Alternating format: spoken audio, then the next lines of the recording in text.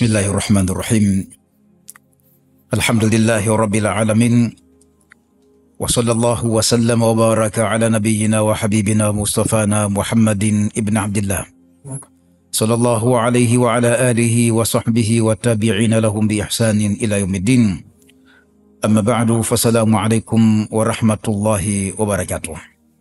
سعادة القنصل العام بسلطنة عمان سعيد بن سالم بن حمد السناوي حفظكم الله، راعي هذه المناسبة، أيها الأساتذة الحضور، وأيها الشيوخ الآباء والأمهات المتخرجون والمتخرجات، نحييكم جميعا في ساحة جامع زنجبار في زنجبار في هذا اليوم المبارك 28 الموافق تاريخ اليوم بالميلادي، وهو 19 من شهر نوفمبر 2025. نرحب بكم في هذه المناسبة التي من خلالها نحتفل بتخريج مجموعة من متلقي الدراسة، وهم الكبار في سن الكبر من الرجال والنساء، حيث يجتمع اليوم كل من ذكرناهم للفرح بتمام هذه النعمة، وهي نعمة تلقي العلم، وهي ميراث الأنبياء، والعلم ميراث الأنبياء. بدون الإطالة أود أن أقدم برنامج هذه المناسبة، حيث سنفتتح حفلنا هذا بسماع ما تيسر من آيات كتاب الله عز وجل من القرآن الكريم. سيتلو هذه الآيات على مسامعنا الأخ عبد الكريم يوسف، ثم سيأتي دور الكلمة، كلمة المتخرجين، والتي سيقدمها بالنيابة الشيخ زهران، وهو أحد متلقي زهران ناصر الخميس، وهو أحد شيوخ المتخرجين من هذه المجموعة، وأبونا شيخ كبير. سيأتي الوقت الذي يقدم فيه هذه الكلمة، ثم ستكون هناك مسرحية خاصة تتعلق بجانب بيان أهمية طلب العلم رغم تقدم في السن. هذه المسرحية سيقدمها مجموعة من المتخرجين، وعلى رأسهم سيكون معنا بعض كبار السن. ثم ستأتي الأسئلة والأجوبة السريعة، يسمى كويز، سؤال وجواب، ثم الكلمة، ثم نصيحة من راعي المناسبة. بعد ذلك يتم توزيع هذه الشهادات للمتخرجين وأخذ صورة تذكارية. Haya ndio machache katika ratiba yetu ya leo kwenye mahafali haya ya kumaliza mafunzo maalum ya muda mfupi, mafunzo kwa watu wazima. Elimu haina umri, kwa hivyo ufunguzi wetu utaanza na Qur'an tukufu, utafuatiwa na kalima na mengine tuliyosikia katika ratiba.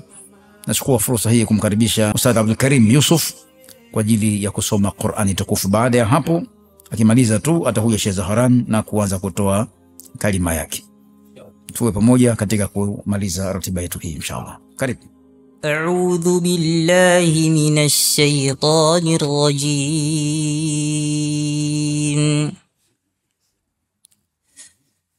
بسم الله الرحمن الرحيم.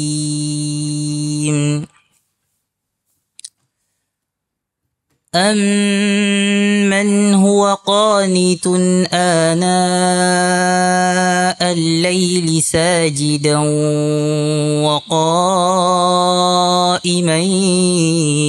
يحذر الآخرة ويرجو رحمة ربه. قل هل يستوي الذين يعلمون والذين لا يعلمون؟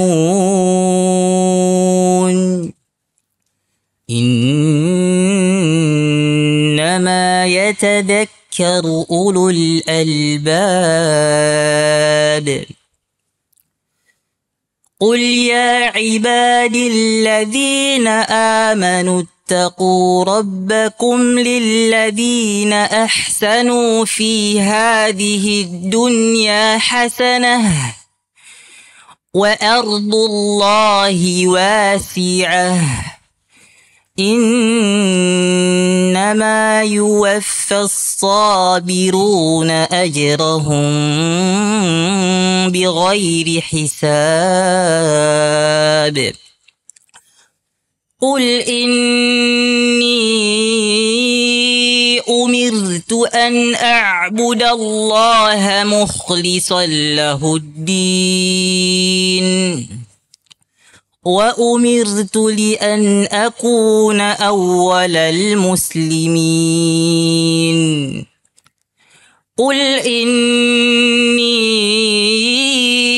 أخاف إن عصيت ربي عذاب يوم عظيم قل الله أعبد مخلصا له ديني فاعبدوا ما شئتم من دونه قل إن الخاسرين الذين خسروا أنفسهم وأهليهم يوم القيامة ألا ذلك هو الخسران المبين صدق الله العظيم. الحمد لله الذي علم الإنسان ما لم يعلم، والصلاة والسلام على سيدنا محمد المعلم الأول وعلى آله وصحبه أجمعين. راعي المناسبة أيها الحضور الكرام، نتقدم إليكم نحن خريج جامع الزنجبار دورة تعلم القرآن الكريم واللغة العربية وفقه العبادة وأسس التربية ومبادئ الحسوب بأسمى عبارة الشكر والعرفان لمن كان لهم فضل بعد الله في إنجاح هذا المشروع المبارك. أيها الحضور الكرام، لقد استفدنا في هذه الدورة من علوم جليلة زادتنا قربا من كتاب الله تعالى وفهما لديننا الحنيف وتمكنا من اللغة العربية وإدراكا لأسس التربية الحديثة ومهارة استخدام الحسوب في خدمة العلم والدعوة. وإننا نعبر عن امتناننا العميق لحكومة السلطنة عمان الشقيقة على دعمها المستمر للمشاريع العلمية في زنجبار، والتي يمثلها سعادة القنصل عام سعيد بن سالم السنوي لما له من دور مشهود في تعزيز التعاون الثقافي والعلمي بين سلطنة عمان وزنجبار. أيها الحضور الكرام، كما نثني على الجهود المباركة القائمة في جامع زنجبار الذي أصبح منارة للعلم ومركزا لتنوير ورسالة الإنسانية السامية.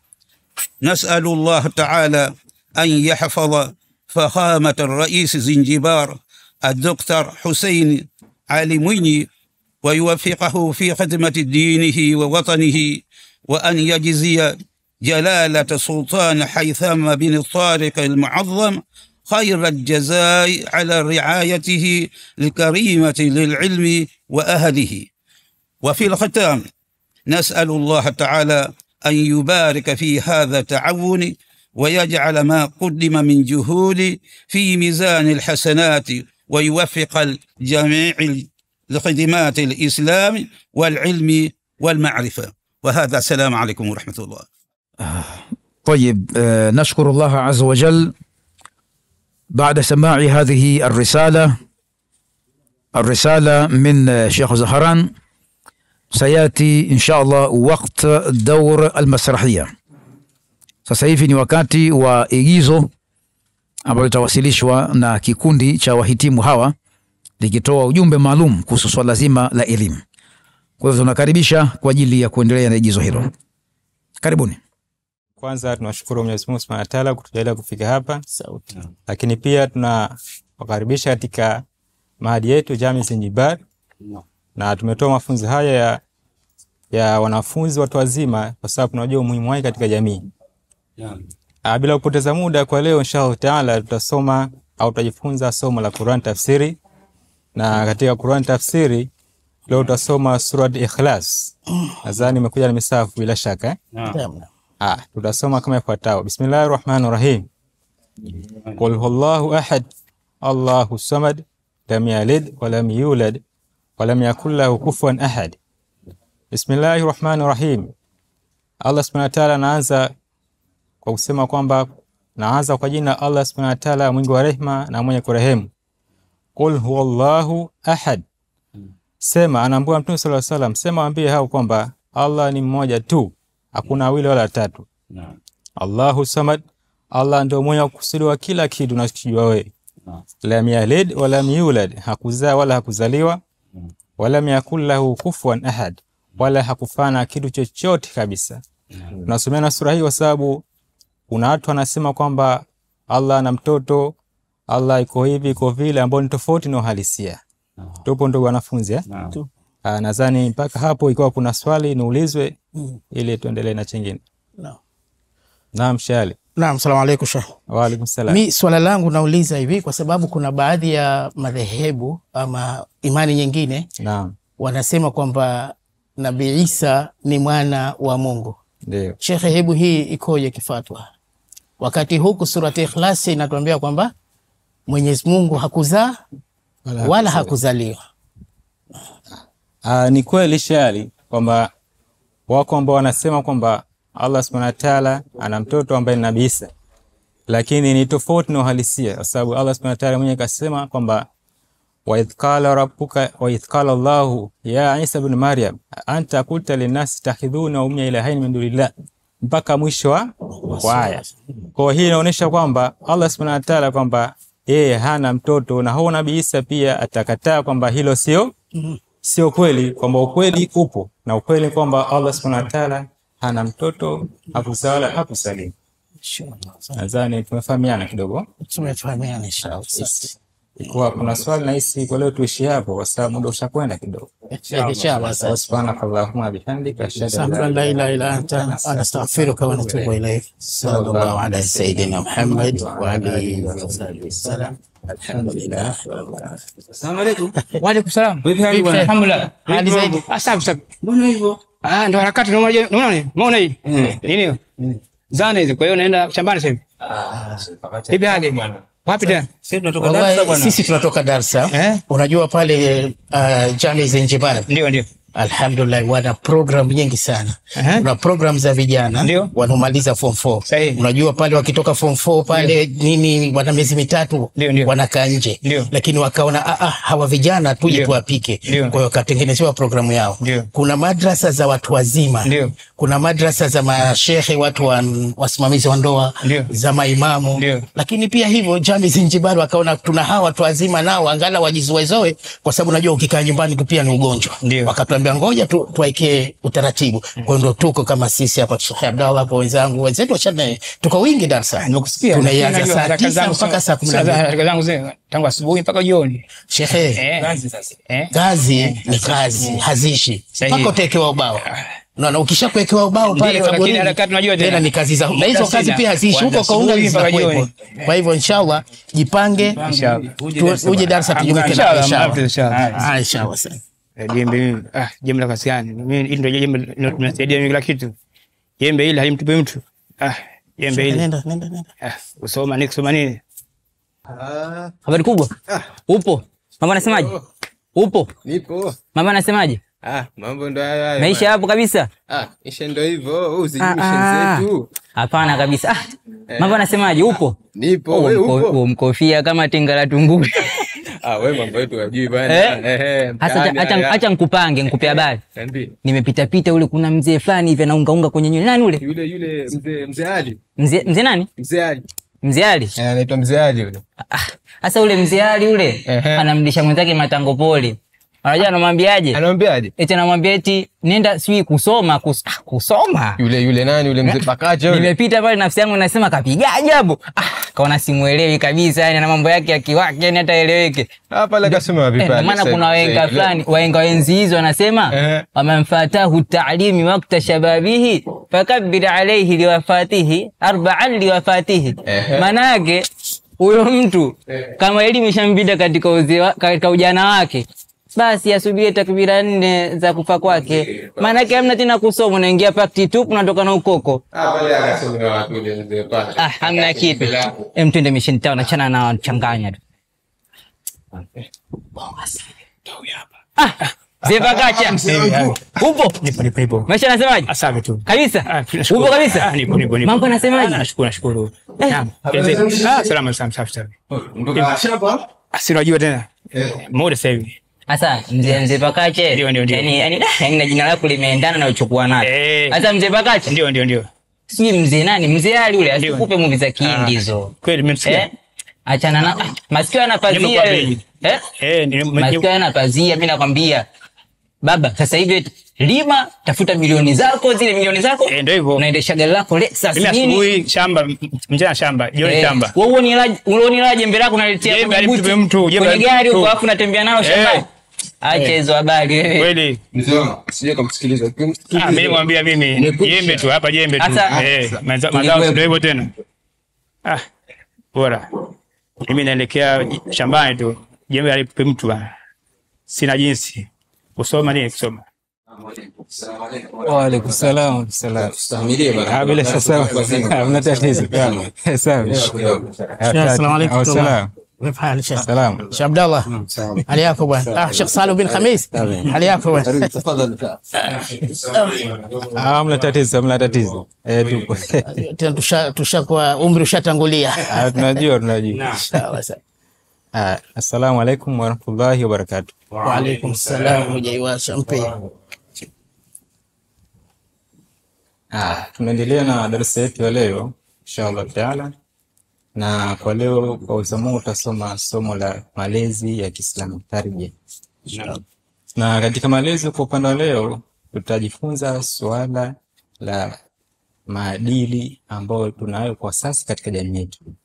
Tunajua kwamba katika jamii yetu kuna mambo mengi ambayo yanakuwa yanatokezea ambayo sio mazuri. Miongoni mwa mambo hayo ni swala la udhalilishaji wa kijinsia. Swala hili aidha linasababishwa na kutokufahamu madhara yake au linakuwa linasababishwa na ile tamaa na hisia mbaya za wale wanaofanya ile swala. Kwa hiyo ni wajibu wetu sisi kama sisi kuweza kuwafundisha watoto wetu wakati tupo nao kule nyumbani, ili leo na kesho wanapokuja huko mitaani waweze kujua ile athari ya udhalilishaji kwa wao binafsi, kwa jamii, lakini pia kwa taifa. Nadhani bila shaka tumefahamana kidogo Kwa kuna swali mdogo na hosi tulizani. Sawa. Sauti.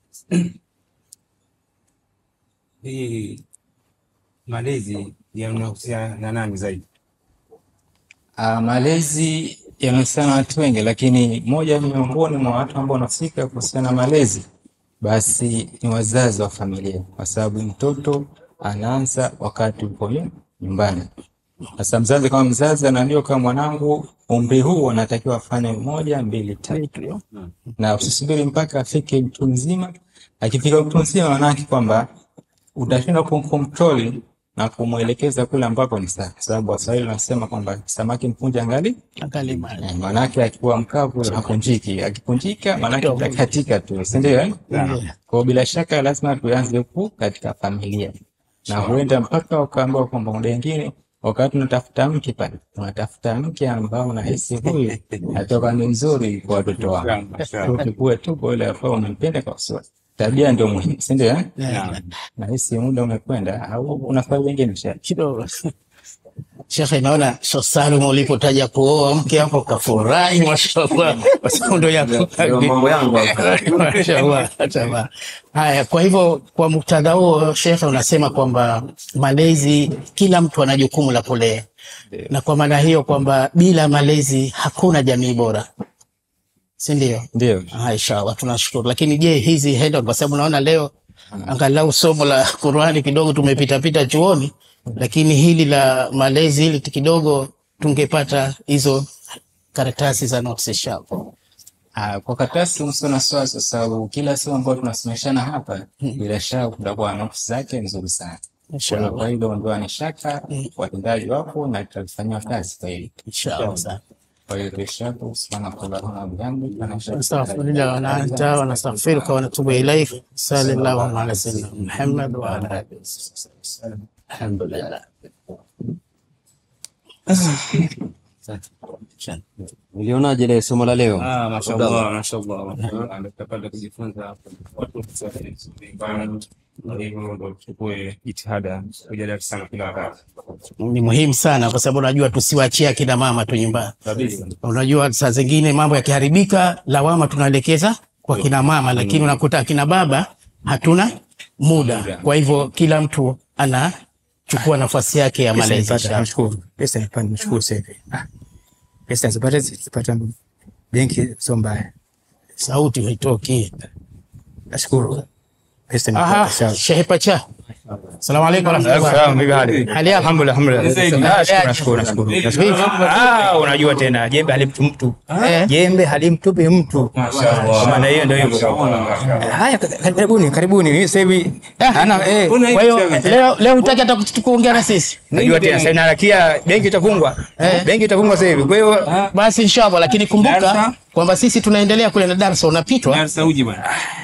Nitakuja lakini na benki na benki sasa hivi muda sasa. Sasa kuna mbili. Mzee Bakacha. Vipi gani? Habari yako? Upo? Nashukuru. Naona ni kofia fulani hivi yani. Wapi? Habari. Naenda benki. Benki? Ndio maana yani siku zote unajua kupendeza upendeza leo. Benki. Mzee Bakacha mtendo fulani wa yeye. Kwa muda sasa hivi unaonyesha benki. Benki? Sasa benki ufika pale vijana tupo hapa. Nataka sasa nikupe. Japo wakala. Narakia sasa hivi. Sema alhamdulillah. Alhamdulillah. Ndio hivyo. Benki au subiri sasa. Hapa umefika kwa wakala. Winga Pro Max. Winga Pro Max. Macho manne. Unamjua Winga Pro Max? Okay. Unaniona? Sasa naelekeza basi jinsi ya kuweka account yangu, najua tena nataka account sasa hivi. Ndio maana mimi Mzee Bakacha nakukubali. Vipi tu vijana vipi? Mzee Bakacha kila kitu kiganjani sasa hivi. Naam. Sawa ndio. Yaani kiganjani hapo nani lako wewe unakutoshia ingizio tayari. Alafu wewe ukienda mbele message utaikuta. Usiangalie kwenye wallpaper kuta na sign yako kabisa. Yaani hamna ile mambo voucher nini kila kitu ongea. Voucher hizo mambo ya kikoloni achana nayo. Sasa tufanyaje? Hebu kwanza leta mzigo afu nikwambie mwingine baadaye. Subiri kwanza. Hebu hesabu kwanza. Kuhesabu? Kama zimepungua je au wakala ni kishikilia kama zimezidi. Angalia fungua angalia. Fungua. Kama zimetimia, kama zimezidi je? Angalia zile. Sio 10 za Mzee Bakacha. Yaani niko kuziangalia tumshaji shilingi ngapi? Lakini niambie shilingi ngapi? Milioni 10. Milioni 10? Milioni 10 zote. Mzee Bakacha unatisha. Sasa sasa uko unalima? Hebu utaratibu gani? Utaratibu gani tunafanya? Sasa hapa wewe nipe simu yako nikupe namba, alafu utanipigia mbele kwa mbele. Message utaikuta ishaingia.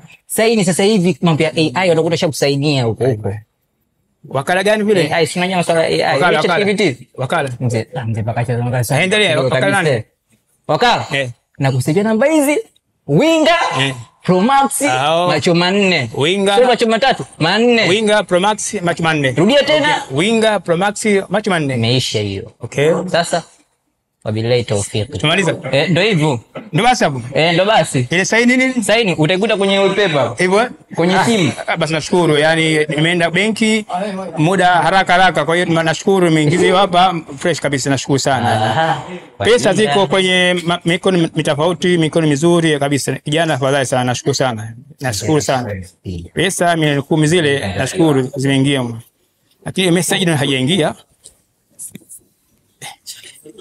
hii message haijaingia, sijui itakuwaje. Hata mkubwa pia nimempa. Vipi Sheikh Abdallah? Habari zatokea jana? Unaendeleaje? Alhamdulillah. Sheikh Pakacha umemwona kwa mbali. Vipi Sheikh? Sheikh, asalamu alaykum. Wa salam. Vipi hali yako? Alhamdulillah. Salam. Nashukuru. Ni zaidi. Assalamu alaykum. Mbona hivyo?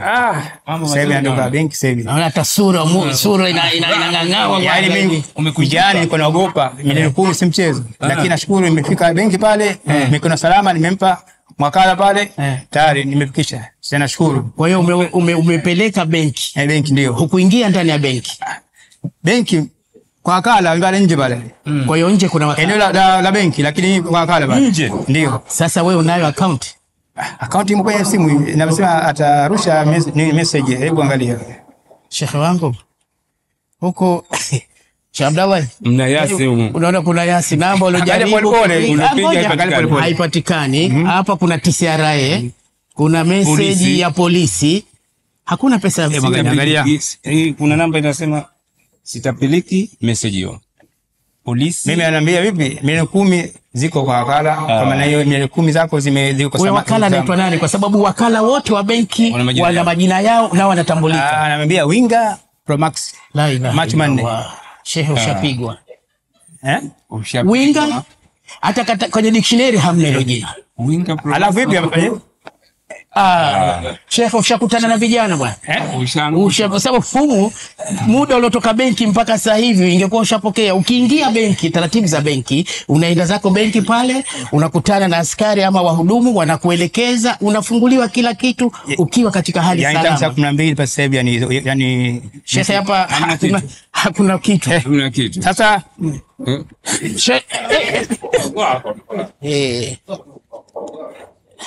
Kuna pepeni. Milioni 10 si mchezo. Kwa masara. Si mchezo. Milioni 10 si mchezo. Huyu bwana anatutafutia kesi. Maana yake hajaonekana hapo hizo pesa. Hizo pesa tuonekane tumeporasia hapa. Nani kamchukulia? Promax. Winga Promax. Wenyewe wanajiita Winga Promax. Macho manne. Winga Promax. No. Baada ya tu. Yaani akijajua anamuona Winga tu. Hajakaa sawa bado. Mzee Pakacha. Hatari. Unajua haya angekuwa anatusikiliza ushauri wetu, angekuwa anakuja darasa. Tatizo nini? Huyu mzee kanini pesa yake amepigwa. Mauzo yake yote kenda kuuza benki. Unaona? Kenda kuuza kupeleka pesa benki, anakuta na vijana wako nje. Sheikh vipi? Uko sawa? Winga Promax. Hebu tulia kwanza. Bismillah. Rahmanirrahim. Macho manne. Hebu tizama kabisa. Tizama vizuri jamani kweli. Kweli. Mimi nani? Winga. Bado hajakaa sawa. Huyo amtazama tena. Sheikh Pakacha. Hebu tulia kwanza. Shali. Vipi? Sasa akili imesharudi. Bibi hali yako. Alhamdulillah. Vipi sana? Vipi? Pole sana. Na mko hapa vipi?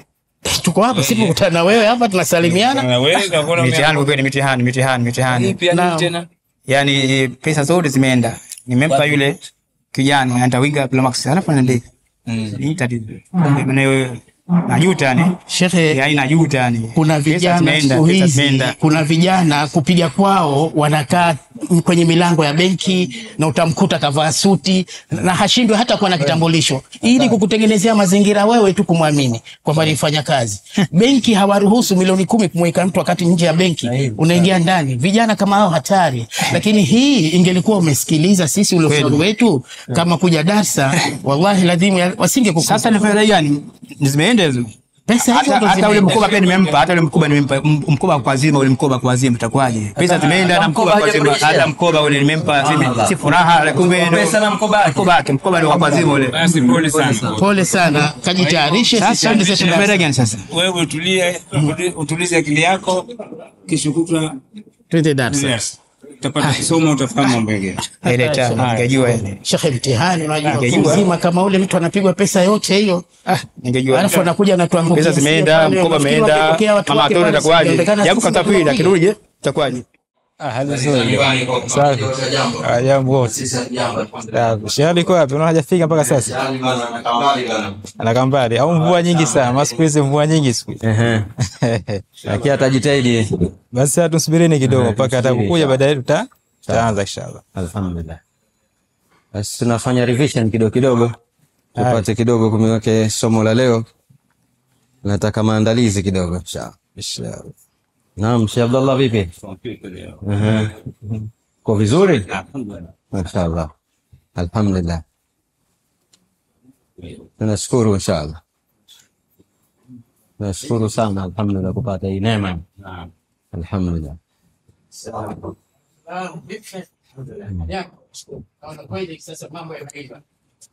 Nasikia kama sauti ya Shehali yuko anakuja inshallah.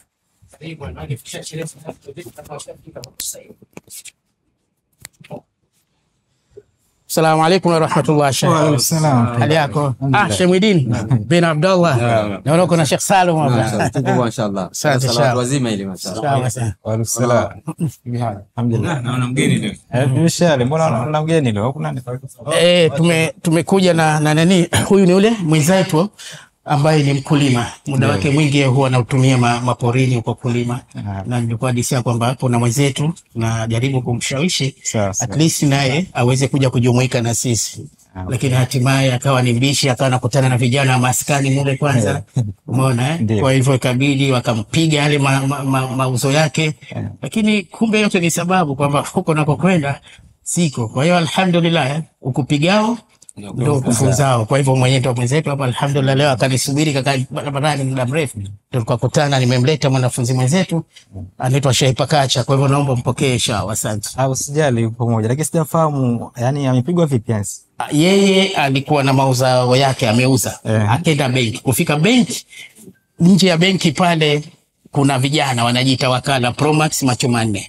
Kwa yule kijana akamsomesha pale hata hakumuingiza benki, akamwambia ushafungua account utapata message zako. Hao vijana wameingia sana siku hizi. Kwa hiyo usina wasiwasi. Nimemaliza inshallah. Sipakache ndo hatima. Inshallah. Asante. Kwa hiyo karibuni tuendelee na darasa basi. Inshallah. Karibu sana.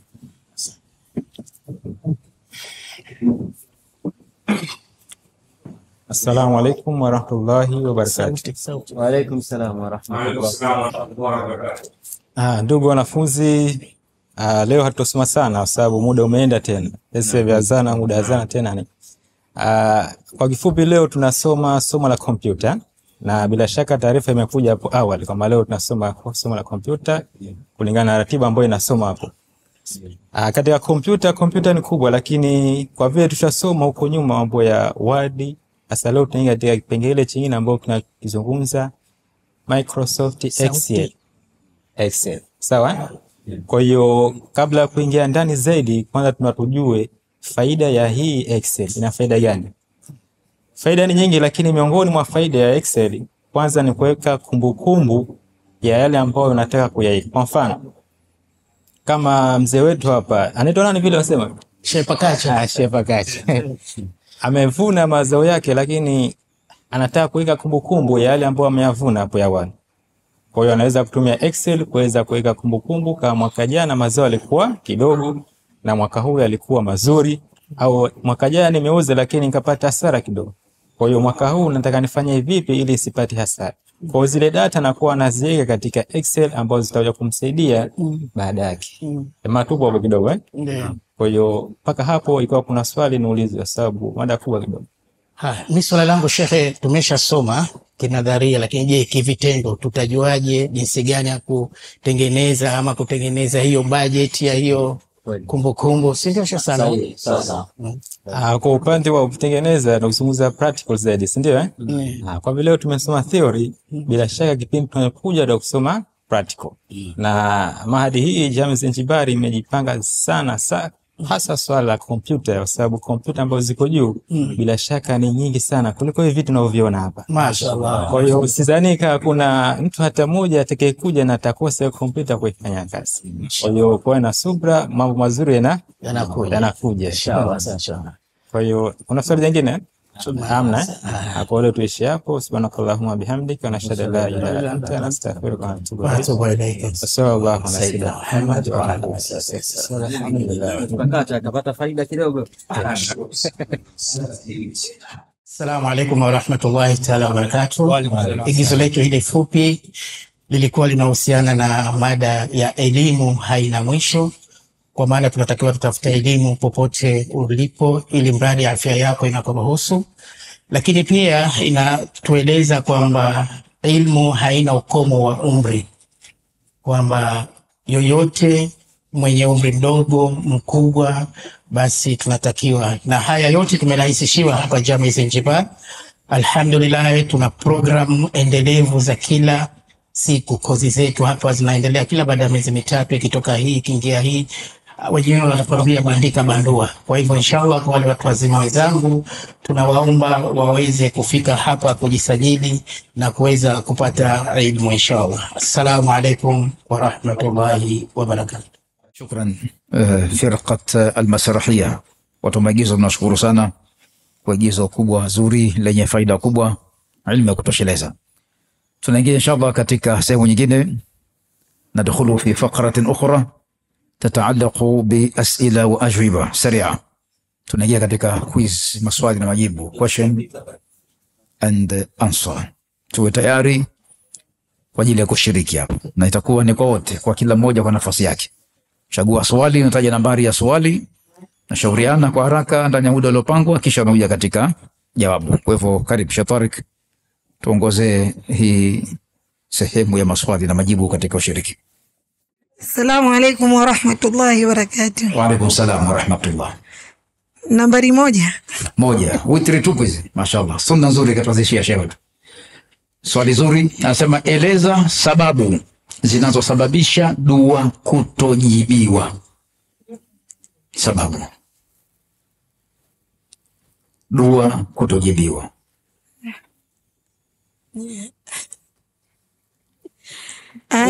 Sababu ambazo zinasababisha dua kutojibiwa ni ya kwanza, mtu kufanya maasi yoyote au maasi aina maalum.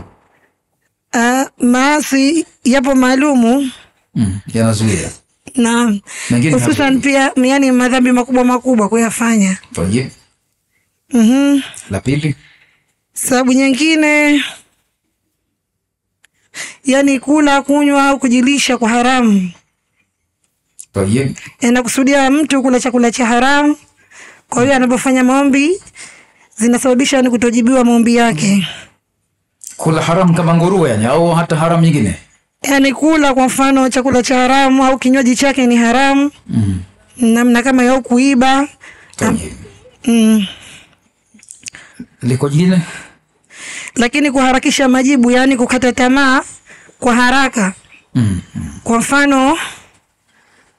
mfano yani mtu ameshaomba ameomba dua manake, lakini anahisi dua yangu mbona kila nikikaa haijibiwi, manake ana haraka nayo na pupa. Kwa hiyo hii pia inasababisha dua kutojibiwa. Shukran sana. Au kutojieka karibu na Allah subhanahu wa ta'ala. Tayyib. Naam. Fa inni qaribun ujibu da'wata da'i. Shukran sana. Maksi 10 kwa 10. 10 fi 10. Mashallah. Na musharika amehifadhi mashallah kitab Allah. Allah yahfadhuki ya ukhti wa yubarika laki wa fi usratiki wa jamii almuslimin. Tafadhali. Chagua swali upande wa wanaume. Chukua upande wa wanaume. Yeyote tu katika nini. Moja kamate, moja ulize. Assalamu alaykum warahmatullahi wabarakatuh. Salamu barakatuh. Swali la kwanza. La kwanza tayari. La tano. La tano tayari au? Alikuwa tatu ile. Au twende. Anasema swali zuri. Toa maelezo kuhusu sababu za kuvunjika kwa ndoa katika Uislamu. Katika Uislamu sababu za kuvunjika ndoa katika Uislamu. Asbab al-furqa az-zawjiyya fi al-Islam. Ndivyo Sheikh Faiz Assalamu alaikum warahmatullahi wabarakatuh. Naam. Tajaribu. Inshallah. Sababu kuu ambayo nafanya ndoa nyingi Unajaribu au unajibu kwanza? Najibu. Maana ukijaribu ukipatia unakuwa hupati max. Basi najibu. Unajibu Sababu kuu ya kuharibika kwa ndoa, kwanza kuto kuelewana baina ya wanandoa, hasa katika mazungumzo, katika mawasiliano yao. Saa nyingine pia katika dhana, saa nyingine kudhaniana vibaya au wivu uliopitiliza, pia ni katika sababu ambazo zinachangia ndoa kuharibika. Lakini pia kukosa elimu ya ndoa inapelekea pia ndoa kuharibika. Assalamu alaykum warahmatullahi wabarakatuh. Zimekuwa mbili hizo, sio? Kutoelewana na kukosa elimu ya ndoa. Iko tatu ya mwisho? Ya mwisho. Sina mwisho hizo. Zatosha mbili. Haya. Maxi, natoa Maxi. Baki sekunde kidogo. Sekunde 30. Zishabaki 25 sasa.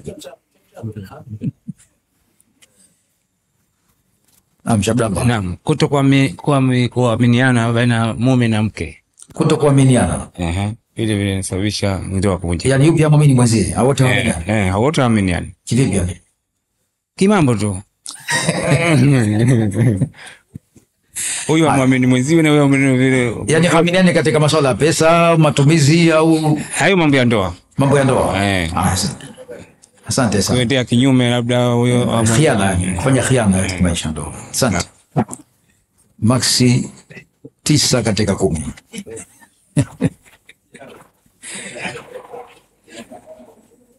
Sisi tunafanya kazi mahakamani, inabidi tuweke sawa.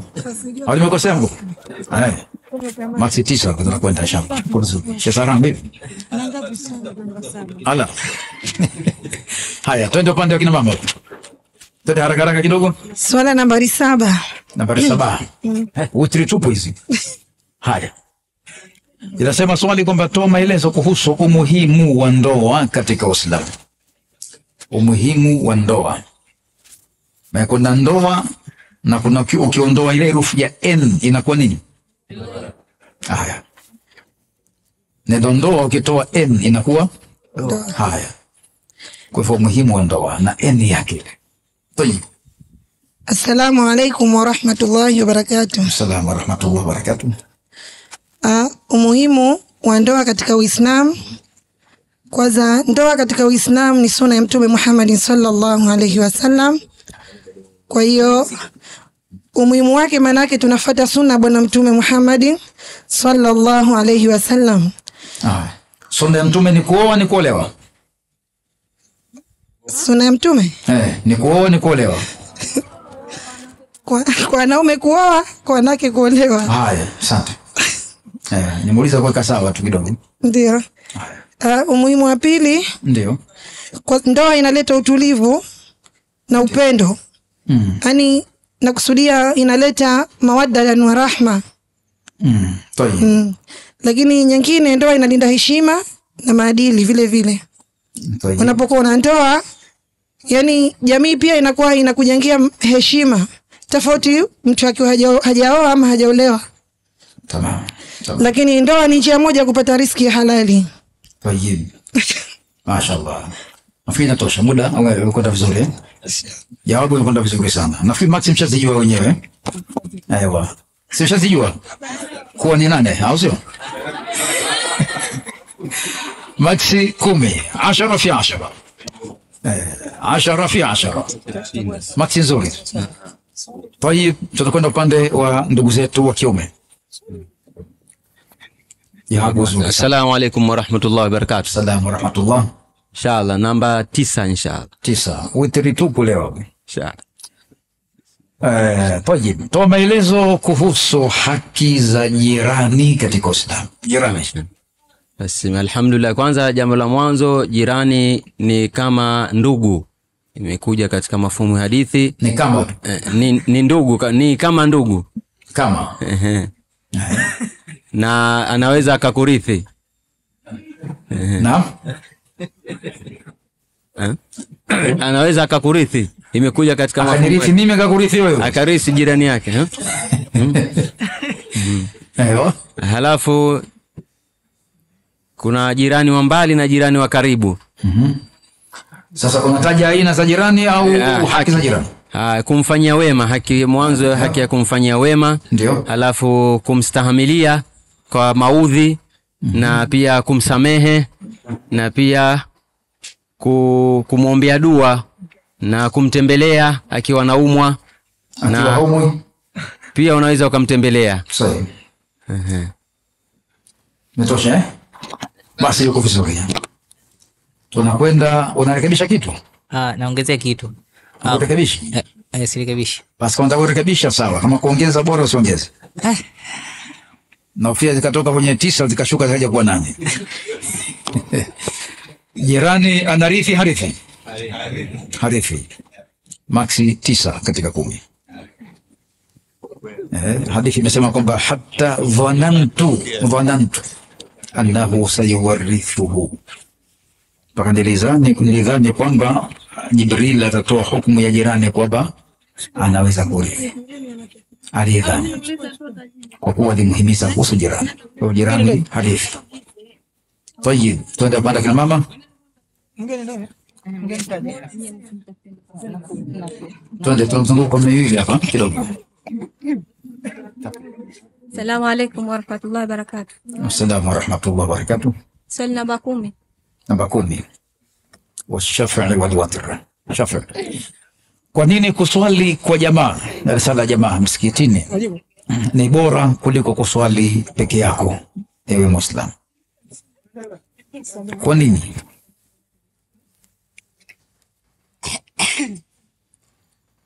Sasa hilo swali la wanaume au la wanawake? Kuswali jamaa msikitini ni bora kuliko kuswali peke yako, kwa sababu Mtume sallallahu alaihi wasallam amehimiza hasa kwa wanaume kusali msikitini. Ikiwa msikiti hakuna, utaswali jamaa, lakini japo nyumbani ama uwanjani.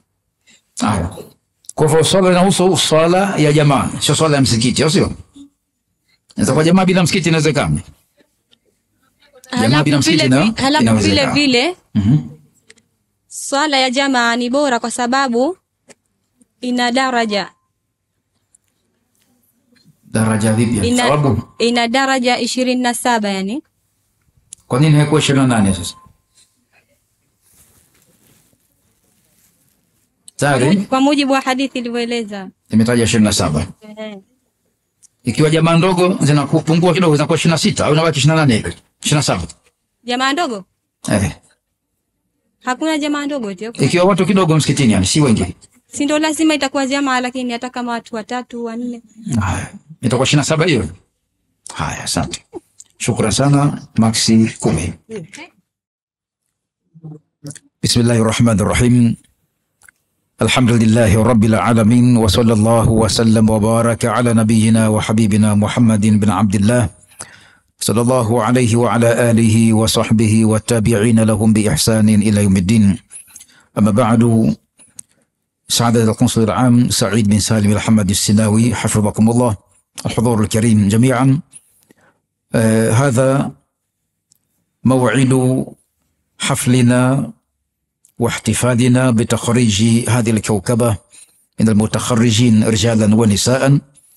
ونحن في هذا اليوم في جامع زنجبار نود أن نقدم مختصرا عن البرامج التي تقدمها لجنة الإشراف والمتابعة والتعليم من جامع زنجبار. جامع زنجبار كما هو معروف جامع بني على أساس نشر الوعي العلمي والثقافي والجمع بين جميع البشر لأجل توحيد الكلمة وغرس القيم والثقافة والوعي للمجتمع المحلي وغيره. فهذا الجامع يقدم عدة أنشطة، منها تعليم الصغار والكبار، بمعنى الشباب وكذلك غيرهم من الكبار. ونقدم في هذا الجامع دروسا متعددة، منها ما يتعلق بالقرآن الكريم من حيث إتقان التلاوة، من حيث فهم بعض تفسير آيات القرآن الكريم، كذلك ما يتعلق بجانب فقه العبادات بمعرفة أحكام الطهارة وغيرها، إضافة إلى مواد أخرى تتعلق بجانب توعية المتلقين لهذه الدورة حول مهارات اجتماعية تتعلق بأسلوب تربوي أو أساليب تربوية، كيف يربون الأولاد وكيف كذلك يحلون المشكلات الاجتماعية.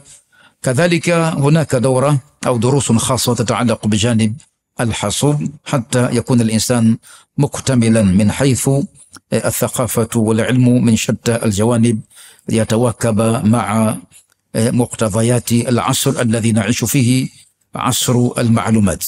فبالتالي هذه المجموعة تتخرج اليوم وهي تحتوي على الذكور والإناث ما لا يقل عن 38 متخرجا.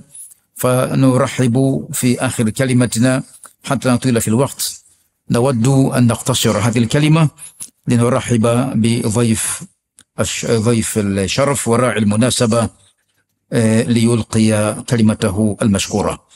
Baada ya kusema kalima yangu hii kwa mukhtasar, kuelezea namna gani tunafanya mambo haya kusomesha katika Jamii Zanzibar, sichukui muda mrefu isipokuwa nimkaribishe mgeni wetu rasmi Mheshimiwa Balozi mdogo Oman Said bin Salim bin Hamad As-Sinawi, ili aje kutoa kalima yake, na yeye ndo atakuwa mwenye nasaha kubwa zaidi kutokana na muktadha wa hili jambo letu leo, na tupokee nasaha zake hizo. Patapohitajika inshallah kwa tafsiri, ima tutasema tafsiri au atajitahidi na yeye kusema Kiswahili, kwa sababu anasoma kamusi. Mheshimiwa Balozi anasoma Bakiza na Bakita, kwa hivyo anajua Kiswahili kidogo ambacho anajua kukipita katika vitabu mbalimbali. Kwa hivyo Mheshimiwa Balozi, inshallah tafadhal, marhaban bikum lituqaddimu alkalima lilmutakharrijin. Barakallahu fikum. السلام عليكم ورحمة الله وبركاته. بسم الله الرحمن الرحيم. الحمد لله رب العالمين حمدا يليق بجلاله وعظيم سلطانه، والصلاة والسلام على سيدنا محمد إمام الهدى وقائد الإصلاح، وعلى آله وصحبه ومن والاه إلى يوم الدين. أما بعد، فيا من حضرتم هذا المقام الكريم، نحمل اليوم فرحا يتجدد وابتهاجا يرتقي، حيث نحتفل بتخريج كوكبة مباركة من إخواننا وأخواتنا الذين خاضوا رحلة التعلم في برنامج تعليم الكبار، وقد علموا بأن العلم لا يعرف سنا ولا يقف عند عمر ولا يحجبه حياة ولا عقبة.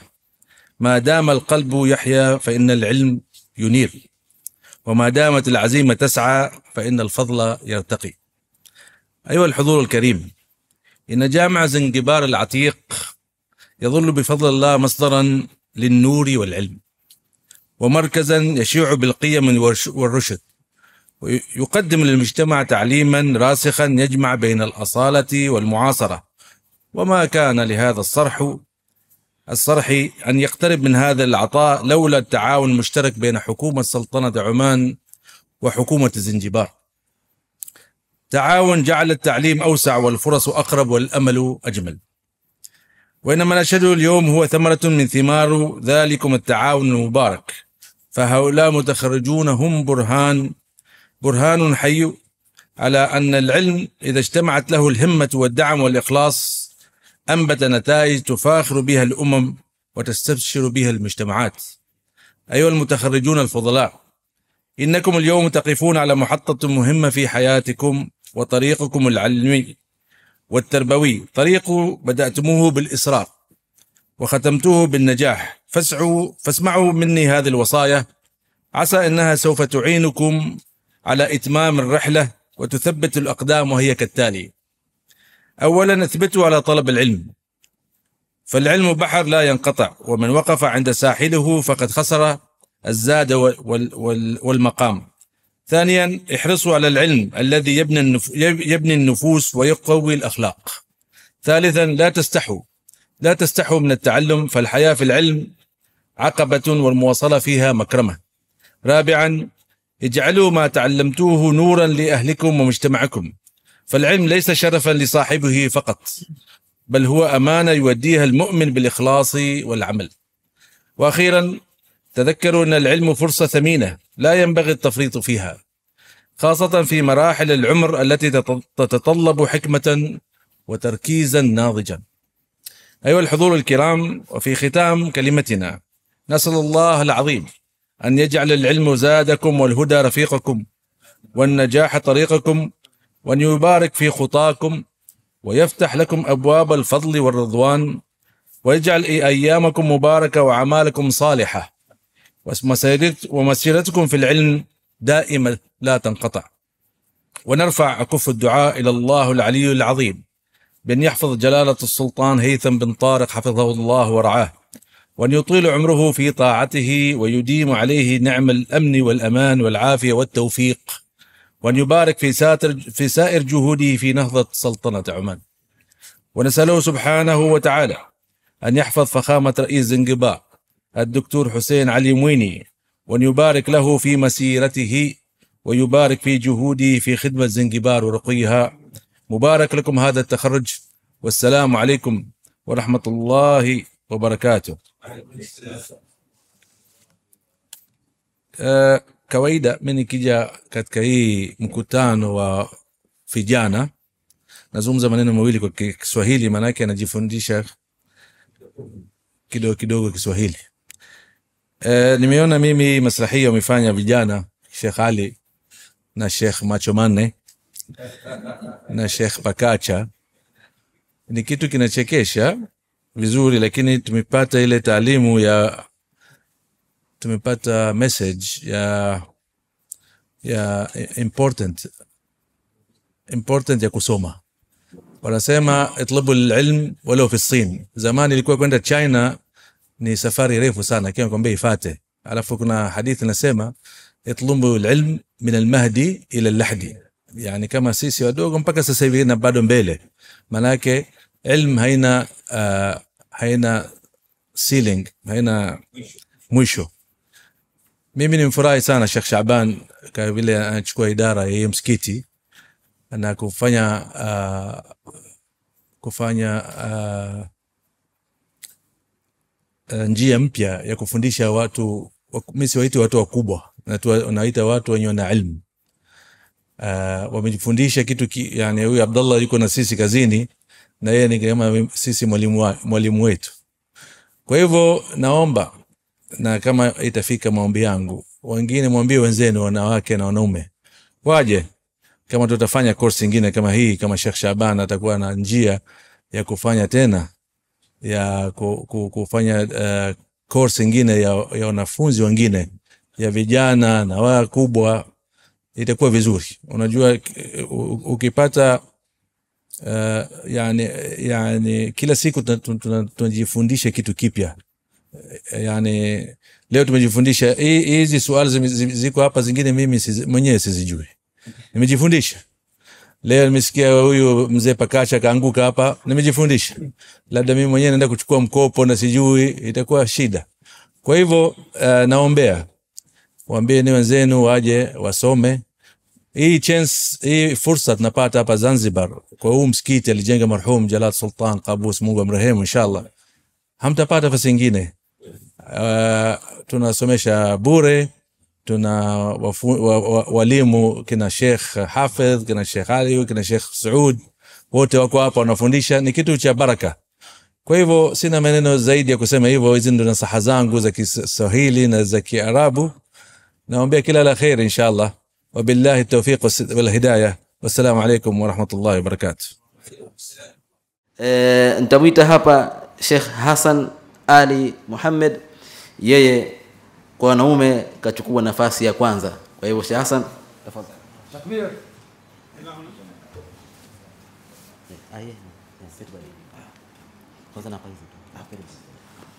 Naam, kwa nafasi ya pili imechukuliwa na Ustaz Masud Sultan Masud.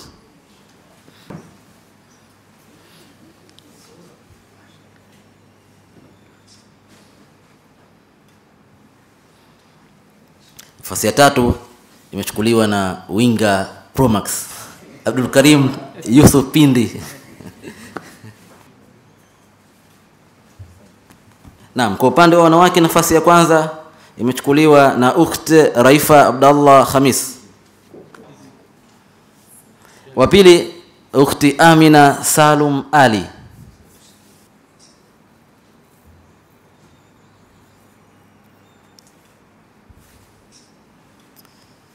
Wa tatu ni ukhti Kulthum Mas'ud Suleiman.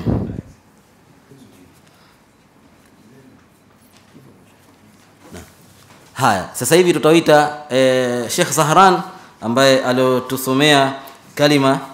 Sheikh Zahran, tafadhali. Ajitayarishe. Sheikh Abdul Karim Yusuf Pindi, Qari'ul Quran. Sheikh Abdul Karim Qari'ul Quran Pro Max winga macho manne. Tutamwita mkuu wa kiongozi wa ile igizo ambaye ni Sheikh Ali Hamis ambaye ni kiongozi wetu.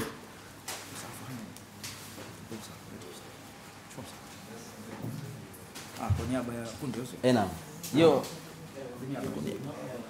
Sasa hivi tutawaita kupokea vyeti, lakini kwa haraka. Sawa?